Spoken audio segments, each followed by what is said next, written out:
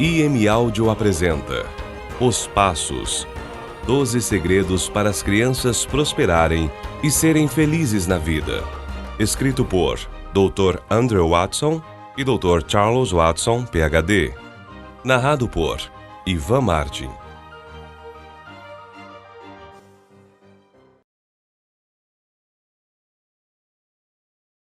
Capítulo 1. O Mago dos Bebês.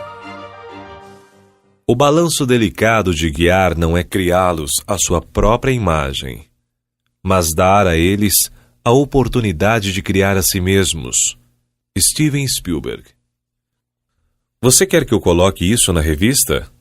Helena, chefe executiva da editora, sacudia por sobre sua cabeça as folhas de papel com o texto que Stella acabara de escrever. O que há de errado? Stella questionou, franzindo a testa. Você me pediu para escrever sobre a educação no Brasil. Está tudo aí. Não dá para colocar isso, querida. Você sabe muito bem que desde que a editora foi comprada, não podemos reproduzir artigos deprimentes.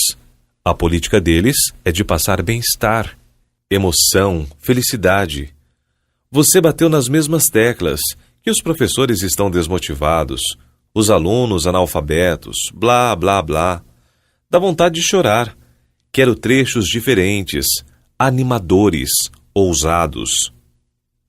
Stella colocou as mãos na cintura, retrucando. Não sabia que era para eu mentir. Não é nada disso. Quero que me traga soluções. Quero o leitor inspirado e não triste. Quero um novo ângulo sobre o assunto e eu sei do que é capaz. Você é uma grande jornalista e eu gosto muito do que escreve. Não sou só eu. São também seus leitores, seus fãs. Meus fãs? Stella esticou os cantos dos lábios em um discreto sorriso. Helena ajeitou seu corpo grande na cadeira e respondeu. Você é polêmica e carismática. Veja o tanto de comentários que cada artigo seu gera. E seu blog? Está fazendo sucesso, não é? Pode ser idealista demais, tudo bem. Eu já tive a sua idade e sei como é isso.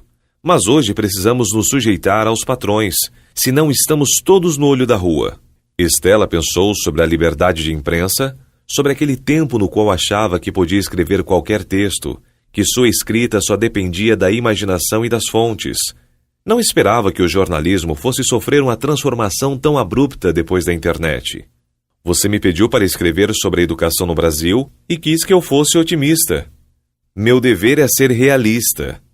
Pense fora do quadrado, aborde o tema sob um novo prisma, vá atrás de pontos brilhantes, das pedras preciosas, dos projetos que dão certo. Em um universo tão grande de brasileiros, alguma prática pedagógica tem que dar frutos na nossa educação. Procure. Só não posso publicar isso. Desculpe. Stella saiu indignada da sala. Releu o texto e discordou de Helena. O que escrevera era o retrato fiel do que via na prática, um descaso geral com o processo de ensino-aprendizagem que preparava mal as pessoas, que jogava no mercado profissional mão de obra desqualificada. Resolveu, portanto, postar o artigo no seu blog, já que não tinha vínculo algum com revista. Imaginou como os leitores iriam reagir com o desabafo quando o celular tocou. Era seu namorado, Victor. Quando estiver pronta, linda, desça. Estou aqui embaixo esperando por você. Já estou descendo. Victor havia estacionado seu carro logo à frente à editora. Estava de banho tomado, cheiroso e parecia ainda mais bonito. Deu-lhe um grande abraço e um beijo dizendo: Vamos jantar em um lugar diferente. Após percorrerem várias avenidas, pararam em um restaurante novo que não conheciam. Como ambos estavam com fome, seguiram para o buffet praticamente vazio. Pegaram os pratos e talheres, enquanto uma mulher encurvada dava instruções ao menininho de cabelo liso que estava em sua frente. Você vai me dizendo o que quer, tudo bem? É só ler o que está escrito nesses retângulos aqui. O menino assentiu com a cabeça e foi logo pedindo. Betelaba com damasco. Andaram um pouco. Cuscuz maloquino. O que é cuscuz maloquino? O menino perguntou, trocando os R's por L's. Stella levantou as sobrancelhas e cochichou no ouvido do namorado. Será que um menino pequeno desse jeito está realmente lendo os nomes dos pratos? Marroquino vem de Marrocos, Um país da África, a mãe explicou. Camalão Imperial. O menino gritou. Stella e Victor se entreolharam. Nunca havia visto um menino tão pequeno ler, especialmente palavras tão complexas como aquelas. A curiosidade de Stella não pôde mais ser contida. Abordou a mulher. Desculpe, quantos anos ele tem? Acabou de fazer 5, a mãe respondeu. Quero camalão. O menino interrompeu. Tudo bem, filho. A mãe colocou uma pequena porção no prato do garoto. Nossa, estou surpresa. E como ele já sabe ler tão bem assim? Oba! Banana frita! Eu adoro banana frita. Que prodígio! Victor exclamou, compartilhando o entusiasmo da namorada. A mãe deu um sorriso constrangido e fez um sinal com o braço para eles passarem. O casal negou com a cabeça, pratos vazios nas mãos. Por acaso vocês forçam ele a ler? Stella perguntou-lhe.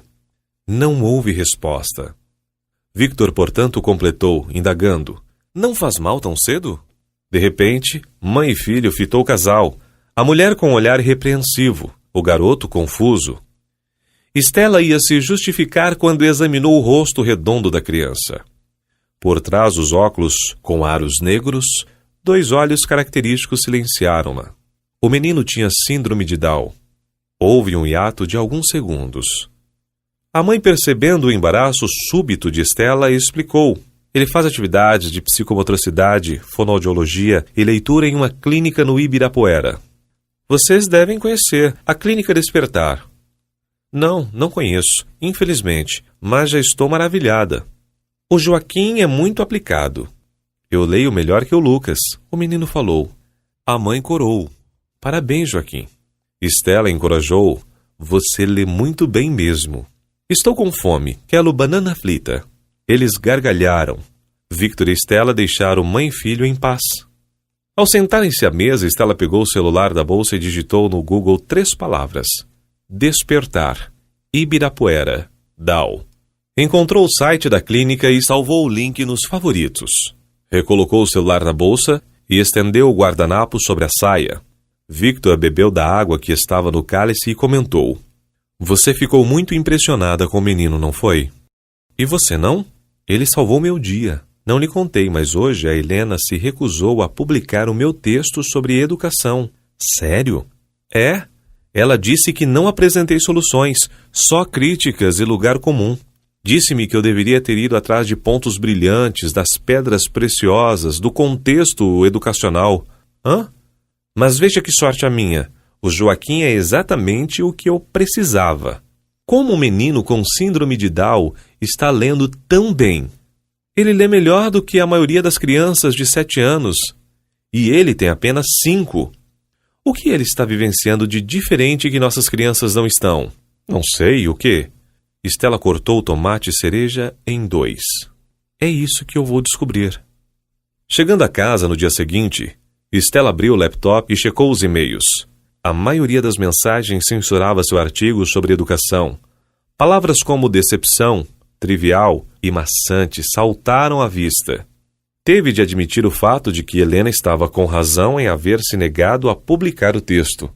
Lembrou-se do menino do restaurante e abriu o site da Clínica Despertar. Era uma clínica bonita, toda envidraçada, especializada em criança com algum tipo de deficiência. O seu fundador era Michael Jansen. Quem é esse cara? Pensou. Buscou na internet por Michael Jansen. Milhares de resultados surgiram. Clicou no primeiro link. O Mago dos Bebês. Adentrando a página de um jornal respeitado. Nele, a foto de um homem já grisalho, cercado por crianças, só de fraldas, com trissomia do 21.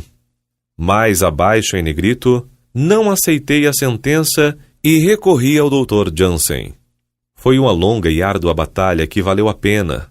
Hoje a Yasmin está com 19 anos e cursa com sucesso o 2º ano de Direito.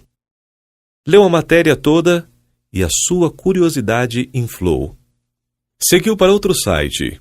Inglês naturalizado brasileiro, Michael Jansen é indicado para o Nobel de Medicina. O neurocientista foi formalmente indicado nesta quarta-feira, 13, ao Prêmio Nobel pelo professor sueco Mattias Berg. devido à sua teoria de remodelamento da mielina, neuroplasticidade e neurogênese. Na carta publicada no jornal Västerbottenskuriren, Berg argumenta que Jensen foi um dos que mais contribuiu para a nova neurologia, deixando um pouco mais acessível. Porém, foi a primeira leitura que a deixou mais entusiasmada. Não por causa da matéria em si, e sim porque fora escrita por Roberto Fonseca, um amigo da época em que estagiava em uma editora famosa. Imediatamente ligou para ele. Uma voz de sono atendeu.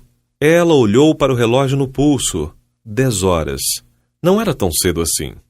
Desculpe, Roberto. Acordei você? Não, pode falar. Estava lendo uma matéria que você fez sobre déficit de atenção uns 2 anos atrás.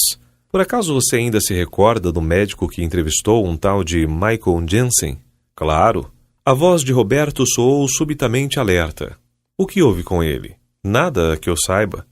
É que estou escrevendo um texto sobre o que ainda dá certo na educação brasileira e soube que ele faz um trabalho interessante a respeito de crianças com deficiências.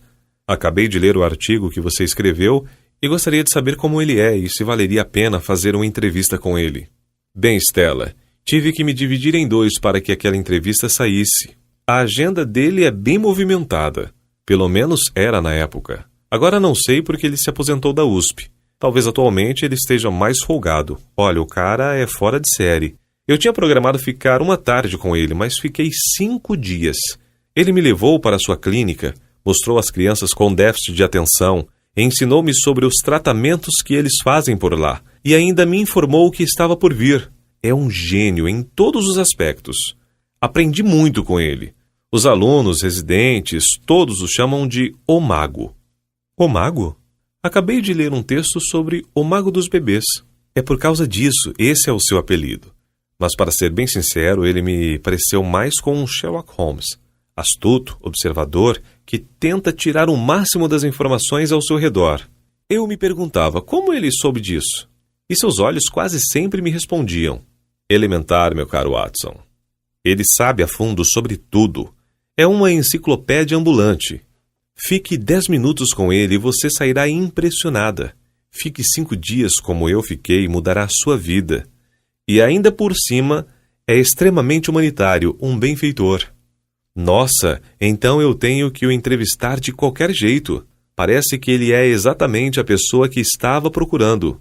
Boa sorte, espero que você consiga mesmo. Verá que eu não estou exagerando.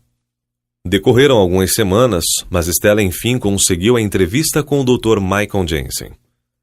Marcaram o encontro na Clínica Despertar, em um horário espremido, às 9 horas de uma quarta-feira. Stella aguardou impacientemente, cheia de expectativas. No dia do compromisso, acordou indisposta, sem fome para comer o café da manhã como de costume. Julgou ser apreensão. Chegou ao local combinado um pouco mais cedo e prolongou-se por um tempo, no grande saguão da instituição, com a antena de jornalista ligada, captando tudo à sua volta. Percebeu que a Despertar era uma clínica bem movimentada com vários pais que traziam seus filhos para atividades diárias. Olhando os rostinhos das crianças, verificou que a maioria possuía algum tipo de deficiência. Próximo do horário marcado, Stella apertou no elevador o botão do 6º andar. Sentia-se confiante. Observou-se no espelho, seu cabelo preto e liso estava solto, o terninho alinhado e a maquiagem tão leve que apenas ressaltava as maçãs do seu rosto. Passava a imagem de uma jornalista decidida.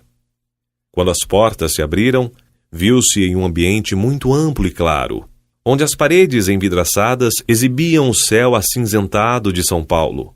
Havia no local canteiros de orquídeas roxas e brancas e um aroma de alecrim energizava o ar. Dirigiu-se à secretaria, confirmou sua presença e se aconchegou em uma poltrona macia, próxima a outras 2 mulheres que liam revistas da editora concorrente. Ainda apreciava o recinto quando 3 homens de terno preto saíram do escritório à sua frente. Em seguida, Michael Jensen apareceu. Era muito mais alto do que Stella imaginava, mais de 1,90 m, e tinha uma postura ereta, que transmitia um vigor surpreendente para quem contava com 72 anos de idade. Porém, o que mais a impressionou foram os olhos, com uma tonalidade azul elétrica, que nenhuma foto conseguira captar. Naquele primeiro relance, ela soube que estava frente a frente com alguém completamente diferente dos demais. Michael fitou-a e estendeu a mão para cumprimentá-la, dizendo: "Bom dia, Stella." Sua voz soou grave, poderosa, com um leve sotaque britânico, quase imperceptível. "Desculpe não poder atendê-la antes. Soube que você ligou várias vezes pedindo-me esta entrevista." "É verdade." Stella sorriu-lhe, mostrando as covinhas profundas em ambas as bochechas. "Estava ansiosa para conhecê-lo. Li muitas matérias a seu respeito. É uma honra estar aqui." A sala que entraram era também muito espaçosa, com a vista deslumbrante, onde se podiam ver as árvores e o lago do Parque Ibirapuera. Ao mesmo tempo era aconchegante e íntima. Sentaram em um sofá branco, grande, que tinha o formato de letra L. "Gostaria de alguma coisa para beber? Chá, suco, água?" "Não, obrigada." "E algo para comer?" "Não, obrigada." "Podemos iniciar a entrevista?" "Claro, fique à vontade." Ela tirou o celular da bolsa, colocou-o na mesinha de centro e apertou em sua tela o botão vermelho do microfone. "Pronto," declarou enquanto consertava o cabelo rapidamente. "Michael, posso chamá-lo assim?" Ele assentiu com a cabeça. Estava atento com o tórax voltado para a frente. Stella continuou a falar, tentando ser o mais natural possível. "Um dia conheci um dos seus pacientes da clínica ao acaso em um restaurante. Fiquei impressionada com a rapidez com que lia o nome de pratos complexos, apesar de ter pouca idade para isso. Mais surpreendida fiquei quando descobri que se tratava de uma criança com síndrome de Down. Aí me deu um estalo. O que vocês da clínica Despertar estão fazendo de diferente em termos de práticas educativas para promover o ensino à criança com deficiência? Indo um pouco além, será que não podemos extrapolar esse método para nossas crianças consideradas normais?" Michael Jansen demorou um pouco para responder, parecendo ponderar a resposta. Olhando-o em silêncio, Stella lembrou-se do falecido ator Paul Newman. Eles se assemelhavam, nariz reto, queixo partido e cabelos grisalhos. Ainda era um homem bonito, masculino, aparentando ser 20 anos mais jovem que sua idade cronológica. "Veja bem, Stella." O médico finalmente falou. "O que a gente faz é um processo de ensino-aprendizagem individualizado, no qual cada criança é percebida como um ser único. Cada uma é, portanto, diferente, cada qual com seu próprio perfil, sua identidade. Tratamos de vários tipos de neurodiversidades, não apenas de crianças com trissomia do 21, como mencionou, mas também de crianças com autismo, anóxia neonatal, Asperger, sequelas de traumatismos cranianos, sequelas de acidentes vascular encefálico, dislexia. O tratamento é dessa maneira específico para cada doença, para cada problema de saúde." Agora, respondendo à sua pergunta, não podemos extrapolar o tratamento psicopedagógico de crianças com deficiência para o desenvolvimento pedagógico de qualquer criança. Não é um tratamento tamanho único. Stella olhou para os seus sapatos novos. Não imaginava que fosse ouvir isso. Pensou que Michael Jansen teria as respostas para todos os seus questionamentos. "Porém, nós também temos protocolos para crianças que nasceram," ele fez um gesto com os seus grandes dedos sinalizando aspas, "normais." Stella regalou os olhos e exclamou: "Sério? Vocês têm protocolos para crianças sem deficiências?" Por que o espanto? A maioria das mães e pais que acompanham seus filhos especiais têm crianças sem deficiências, e elas também precisam ser estimuladas, você não acha? Stella concordou com a cabeça. Michael Jansen aproximou-se ainda mais. "Posso lhe contar um segredo? Eu lhe conheço." "Você me conhece?" Ela perguntou assustada. "Sim, não foi só você que pesquisou sobre mim, Stella. Eu também conheci um pouco mais sobre você, já que iria me entrevistar. Li suas reportagens, conheci seu blog, incluindo textos sobre a falida educação no Brasil. Você culpou o governo, a falta de infraestrutura, a má qualidade dos professores, a carência de cultura do povo. Só não citou as pessoas que eu, intimamente, acho que são os verdadeiros responsáveis. Estela, sentindo as bochechas ferverem, perguntou: quem? Os pais. Eu sei que a princípio parece estranho, mas quando os pais querem que os filhos tenham uma educação de qualidade, não importa nada do que você citou. São barreiras? Sem dúvida, mas todas são transponíveis. Se os pais quiserem, eles irão proporcionar uma educação de primeira categoria em qualquer lugar do Brasil ou do mundo. Mas se os pais acharem que alguém tem que oferecer essa formação para seus filhos de bandeja, daí sim, você está certa e a nossa educação é irremediável. Michael Jansen levantou-se do sofá, passeando de um lado para o outro. Deixe-me explicar melhor para não parecer indecoroso. Nesses mais de 40 anos de trabalho com crianças com deficiências, já encontrei pais tão teimosos que conseguiram me convencer de que seus filhos tinham condições de avançar. Eles festejavam cada pequeno êxito como se fosse uma grande vitória. E com pequenos passos a criança foi progredindo. As conquistas foram se somando. E depois de anos de tratamento, elas, que eram taxadas como irrecuperáveis, estavam no caminho de serem pessoas com um grau de autonomia. Crianças desacreditadas por causa de pais convictos se reergueram. Pais que conseguiram provar que minha primeira impressão estava errada. Culpar os pais pelo sucesso ou insucesso dos filhos não é um julgamento duro demais? Ela perguntou. Muitos pais não sabem o que fazer para que o filho seja uma criança que respeite o próximo, que tenha consciência, que saiba ouvir, porque eles próprios não tiveram alguém para se espelharem. Então, no fundo, é a falta de conhecimento e a falta de vivência que gera os problemas educativos em sequência. O ciclo só se quebrará se esses pais souberem que seus filhos são responsabilidade deles sim, e é a educação de qualidade que procura compreender as pessoas na sua totalidade e globalidade o único caminho para fazer a diferença no futuro da criança. É esse o motivo de você achar que os pais são o fator mais importante para a formação dos filhos. Sem dúvida. E que quanto mais cedo esses pais se conscientizarem disso, melhor. Sim. Michael Jansen sorriu, percebendo que estava sendo compreendido. E como é esse protocolo da Clínica Despertar para Crianças Normais? Você poderia me falar mais sobre ele? O doutor ponderou novamente antes de responder. O protocolo se chama Os Passos. E de todas as nossas intervenções, é a que melhor dá resultado. Os Passos é todo baseado nos progressos da neurologia, neurociência e psicologia dos últimos 40 anos. Temos várias crianças que o seguem ou que já o seguiram com um sucesso quase absoluto. Os olhos do médico cintilavam ao mencionar o protocolo.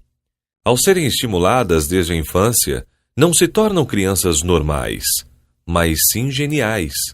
Elas disparam na frente da média em todos os sentidos. Tornam-se um ponto fora da curva. É impressionante o progresso delas. E, além do mais, esse é o único protocolo no qual não precisamos fazer muitos ajustes de criança para criança. Depende mais da velocidade do aprendizado de cada uma e na disponibilidade dos pais. Estela sorriu aliviada. Sabia desde o princípio que estava no caminho certo. Apenas um quesito a importunava. Não entendi uma coisa. Se vocês têm esse protocolo maravilhoso, todo baseado na evolução da ciência, que já foi testado e aprovado, por que não torná-lo público? Não seria interessante? Michael Jansen voltou a ficar em silêncio, ruminando a pergunta antes de responder.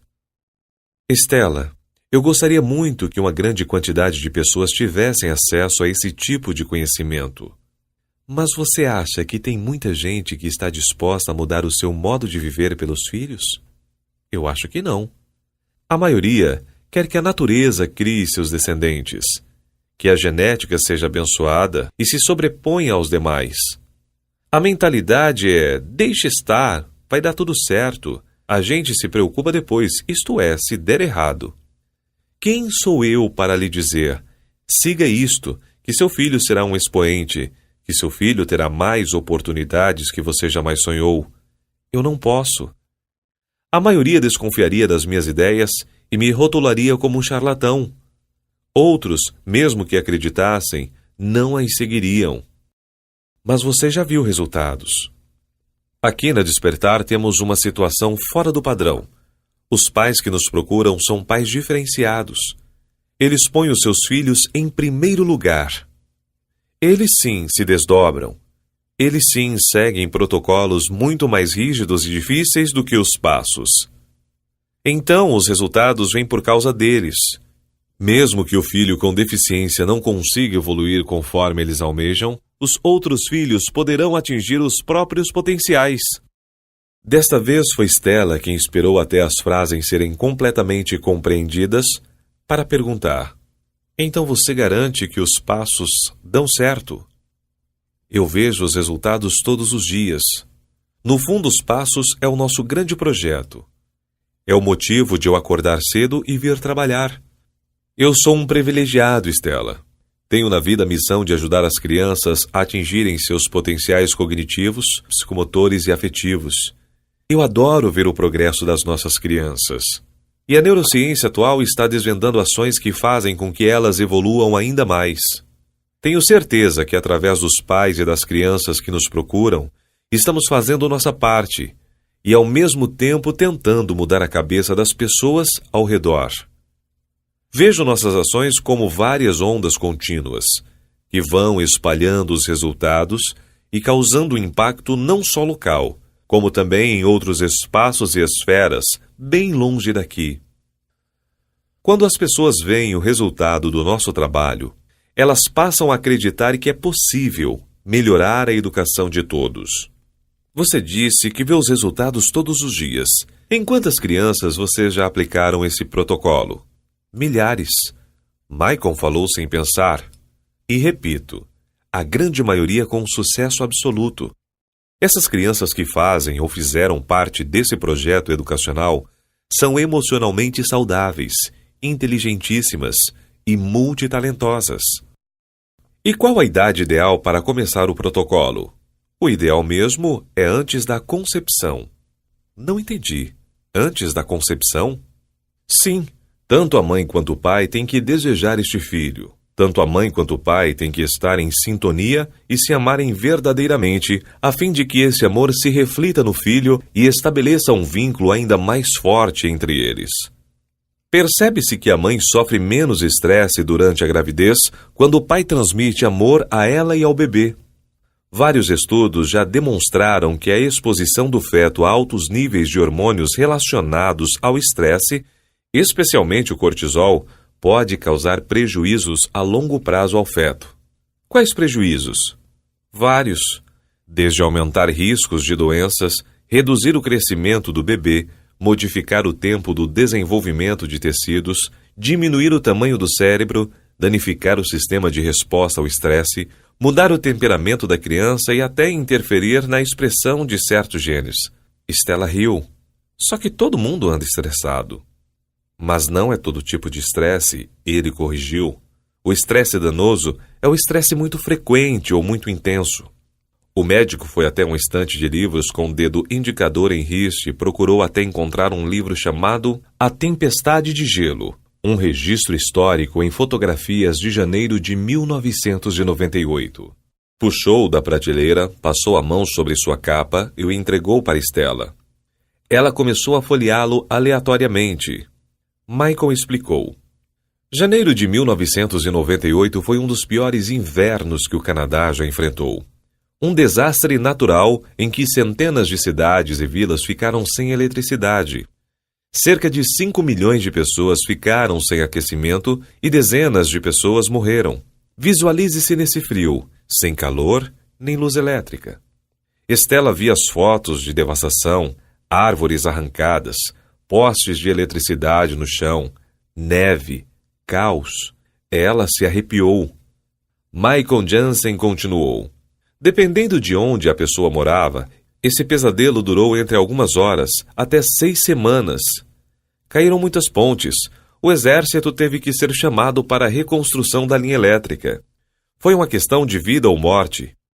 Imagine você grávida, vivenciando essa tempestade, enrolada em cobertas, tremendo, a menos 10 graus centígrados, dentro de casa, rezando para que tudo voltasse ao normal, implorando para que seu filho ficasse mais tempo dentro de sua barriga, pois o acesso ao hospital era impossível e se ele nascesse não sobreviveria. O pulso de Stella acelerou.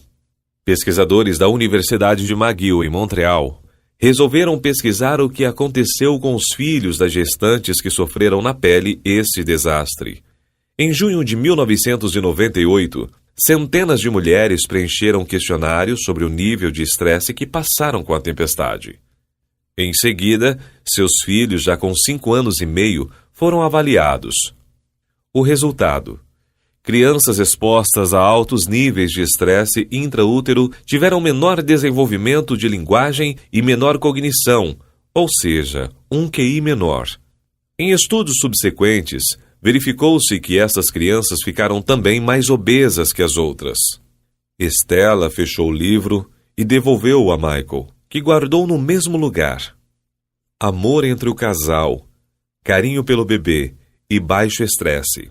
Somado a isso, a mãe deve praticar exercícios físicos durante a gestação, ingerir suplementos vitamínicos com ômega 3 e ácido fólico em baixas doses e, claro, adotar uma dieta saudável e balanceada. Muitas frutas e verduras, prestando atenção para não engordar de mais nem de menos. Tudo isso é importante para o bebê nascer preparado. Ômega 3? Sim, ômega 3 é importante tanto para o bebê quanto para a mãe. O DHA ajuda o desenvolvimento do cérebro e dos olhos, enquanto o EPA fortalece o sistema imune e ajuda a resposta inflamatória. Os estudos mostram que um alto consumo de ômega 3 por parte da mãe reduz o risco de alergias no recém-nascido, podendo aumentar o QI da criança em alguns pontos, melhorar a concentração e também diminuir o risco de parto prematuro e de pré-eclâmpsia. Interessante. E o que mais vocês aconselham às gestantes? Basicamente isso. Não tem nenhum segredo. Ou você acha que nós fazemos as mães colocarem fones de ouvidos na barriga e ouvirem Mozart? Imagine. Eu conheço a mãe que fez isso. Infelizmente, não adiantou nada. O menino nem ao mesmo gosta de música clássica. Stella sorriu, expondo os dentes brancos alinhados. Michael Jansen complementou. Então é só você seguir esse conjunto simples de medidas para que este bebê que está dentro de você esteja pronto para ser mais um de muitos vencedores por natureza. Stella escondeu o sorriso. Não entendeu o comentário, mas mesmo assim tratou de consertar o médico. Não, eu não estou grávida. Eu só vim por conta da entrevista. Michael Jansen colocou a mão na própria testa. Desculpe o equívoco, é força do hábito. As mães vêm aqui pedindo conselhos, você sabe. Tudo bem, eu entendo. Fale-me mais sobre os passos. Depois que a criança nasce, o que vocês fazem? O protocolo é formado por 12 passos no total. Equipamos o bebê com as ferramentas necessárias para que ele consiga maximizar seu aprendizado, captar com maior nitidez as coisas ao seu redor, absorver melhor os conteúdos dos livros e dos eventos de seu dia a dia. Mais tarde plantamos os princípios que guiarão sua vida, porque mesmo com a terra fértil, temos que dar as instruções básicas sobre disciplina, proatividade, consciência, convívio com o próximo, respeito. Por último, fechamos o ciclo. Nessa fase, a gente sabe que fez aquilo que deveria ser feito porque demos as bases para ser um adulto completo que fará a diferença no mundo. Michael Jansen acabou de pronunciar acerca dos 12 passos, quando o telefone soou distante. Espere um minutinho. O médico se dirigiu rapidamente até uma mesa, pegou o telefone, escutou um pouco e respondeu. Pode falar para elas que estou terminando aqui e já a chamo. Adelaide, depois pode vir aqui, por favor? Obrigado. Ele retornou próximo a ela dando passos vagarosos. Stella se antecipou. As duas senhoras estão reclamando da demora? Acertou. Quero concluir minha exposição introduzindo você a uma pessoa muito especial. A secretária abriu a porta. Era morena, cerca de 50 anos, baixinha. Esta é Adelaide, meu braço direito aqui na clínica. Fale para Stella, Adelaide, a história de seu garoto, o Guilherme. Adelaide trançou as pernas curtas e disse: O Guilherme é o meu orgulho. Explique para ela que quando você começou a trabalhar para nós, trazia o Guilherme pequenino para cá e seguiu todos os passos do jeito que a gente orientava. É verdade. E que eu tinha que lhe dar umas duras de vez em quando. É. Responda para ela, valeu a pena? Claro. Conte para ela quem é o Guilherme hoje em dia. Ele é residente de neurologia da Escola Paulista de Medicina. Conte tudo, que ele passou em primeiro lugar no vestibular, que ele ganhava seu dinheiro dando aula de física em um cursinho, que mesmo com a jornada dupla, ele se formou em primeiro lugar da turma, passou em todas as residências que prestou, mas que resolveu ir para a Paulista por causa da noiva. Verdade, doutor. E que ele será em breve uma grande contratação da Clínica Despertar? Isso quem diz é você, doutor. Aí está, Estela, um dos exemplos. Mãe com fibra que acreditava no potencial do garoto, filho vencedor. E criei sozinha, Adelaide complementou. Para você ver que é possível. Adelaide aproximou-se do médico e falou-lhe baixinho. Doutor, as duas estão bravas lá fora. Eu já estou saindo, Estela falou. Vim aqui para você me ensinar como nossas crianças poderiam aprender a ler mais depressa, porém saio com a impressão de que tenho que aprender muito mais do que isso. É porque ensinar vai além de ler e escrever. O médico explicou. Aqui na clínica nós extrapolamos, ensinamos nossas crianças a se relacionarem, a ter uma vida intelectual e afetivamente rica, ter amigos, ter prazer, ter sucesso e também, por que não, a ter dinheiro. Você duvida de que o cérebro humano foi feito para ir além dos limites pré-estabelecidos por nós mesmos? Vemos tantos exemplos de pessoas que nos deixaram boquiabertos ao transformarem o mundo no qual vivemos em um espaço bem melhor em termos tecnológicos, científicos, artísticos, sociais. Eu creio que somos predestinados a fazer mais coisas do que fazemos atualmente.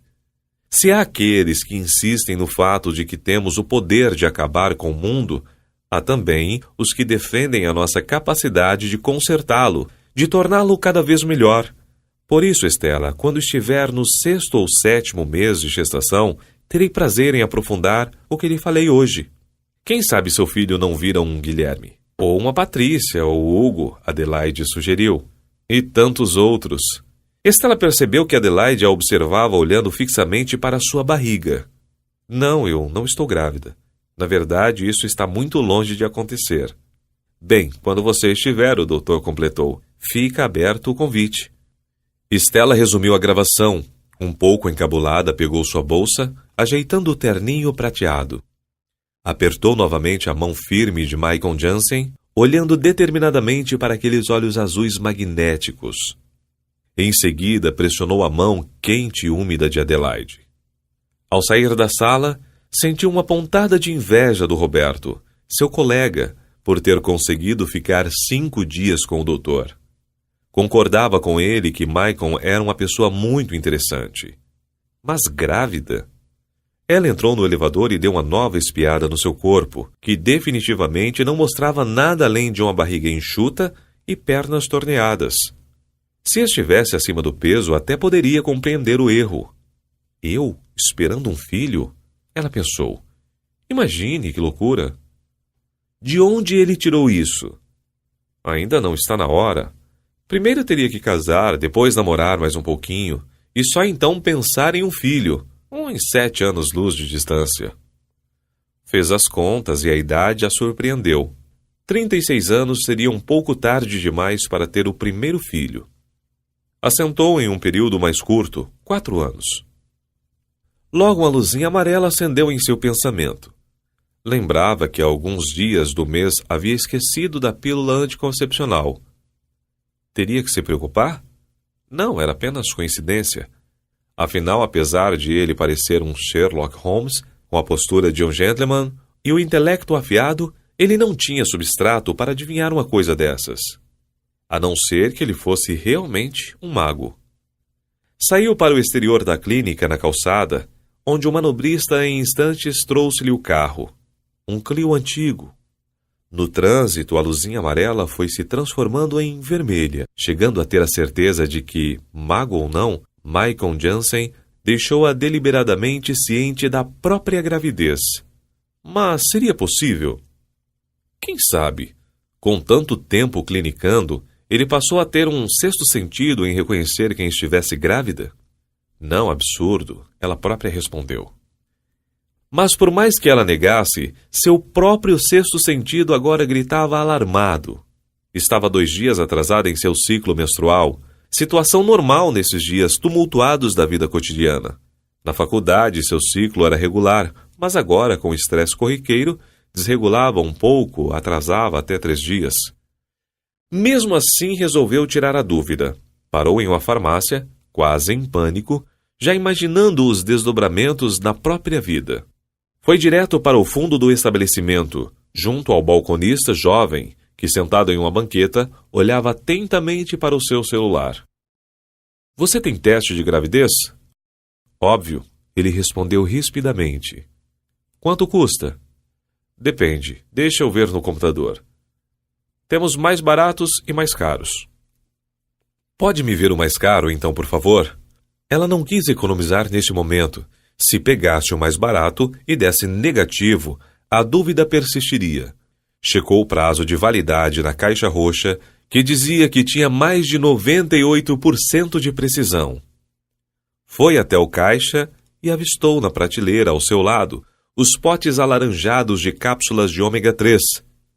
Alcançou impulsivamente um deles, pagou os 2 itens e, ao sair, deu umas moedas para o mendigo que fedia a urina e guardava seu carro. Quando entrou no veículo quente, sentiu-se levemente enjoada. Calma, vai, ela falou em voz alta para si própria. Nem grávida está ainda. Mas a probabilidade aumentava ao relembrar cada sinal, cada sintoma. Chegou a casa, leu rapidamente as instruções da caixa, detectava com grande certeza o hormônio HCG, gonadotrofina coriônica humana, desde o início da gravidez. Sentou-se no vaso sanitário, certificando-se de que a urina não passaria sobre a linha que delimitava o máximo. Retirou a vareta, colocou-a sobre a pia de granito, aguardando os 5 minutos recomendados. Seu coração marretava em seu tórax. Angustiada, andou de um lado para o outro, querendo que o resultado fosse negativo, mas instintivamente sabendo que estava mentindo para si mesma. Saiu de perto do teste de gravidez, foi para a cozinha e em 3 minutos voltou ao banheiro, vendo que um segundo traço se formava. Esperou observando as 2 linhas ficarem cada vez mais intensas, inequívocas. Colocou as mãos sobre o cabelo, deixando escapar um grito. Estou grávida.